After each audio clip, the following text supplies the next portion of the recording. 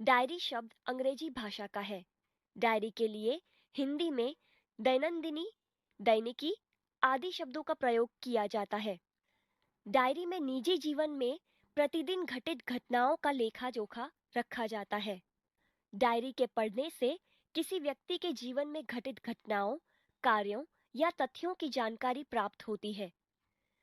Diary में व्यक्ति घटित घटनाओं के साथ साथ अपने मन में उठी प्रतिक्रियाओं की अभिव्यक्ति भी अंकित करता है, इसलिए उसमें वैयक्तिकता होती है। डायरी प्रतिदिन, साप्ताहिक, पाक्षिक अथवा मासिक लिखी जा सकती है।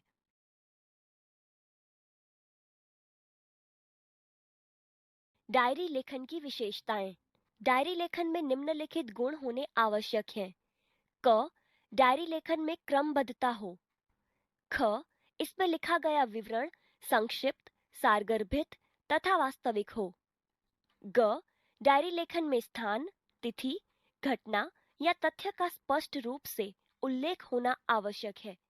घ, डायरी लेखन करते समय आलोचना, टीका टिप्पणी, बनावटीपन, काल्पनिकता, चित्रात्मकता, अनावश्यक विस्तार से बचना चाहिए। डायरी लेखन के लाभ। क, इससे जीवन में घटी घटनाओं की जानकारी प्राप्त होती है। ख, डायरी में तथ्यों का उल्लेख रहता है, इसी कारण व्यक्ति दिन भर जो अच्छे बुरे काम करता है उसका उल्लेख भी रहता है। इससे शनेह शनेह बुराइयों से बचा जा सकता है।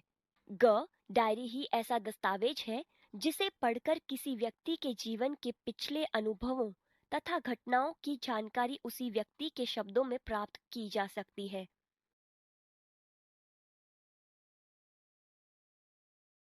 एक, अपने नए विद्यालय के पहले दिन की घटनाओं को अपनी डायरी में लिखिए।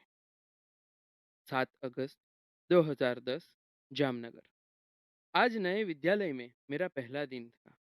मन में विभिन्न प्रकार के विचारों की उथल-पुथल चल रही थी तथा अनेक अनजानी आशंकाएं अनायास ही मुझे डरा रही थी। 9 बजे पिताजी के साथ अपने नए विद्यालय आदर्श मंदिर में पहुंचा। प्रधानाचार्य कक्ष में जाने पर उन्होंने मुझे कुछ प्रश्न किए, जिनके उत्तर मैंने दे दिए। मेरे उत्तरों से वे संतुष्ट नजर आए। उन्होंने मुझे प्रवेश के लिए निर्धारित फॉर्म दे दिया। मन को राहत मिली। थोड़ी ही देर में शुल्क आदि जमा करवाने के बाद मैं अपनी नई कक्षा में पहुंच गया। अपने नए दोस्तों, अध्यापक और आचार्य से मिलकर ऐसा नहीं लगा कि मैं नए विद्यालय में आ गया हूँ।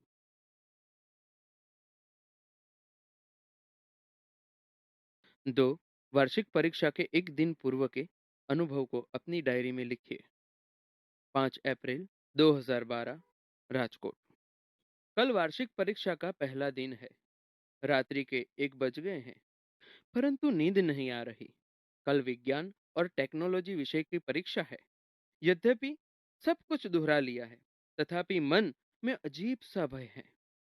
अचानक पिताजी मेरे कमरे में आए।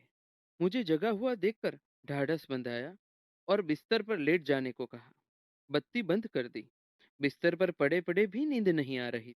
पिताजी के चले जाने पर टेबल लैंप जलाया और पुस्तक के पन्ने पुनः पलटने लगा।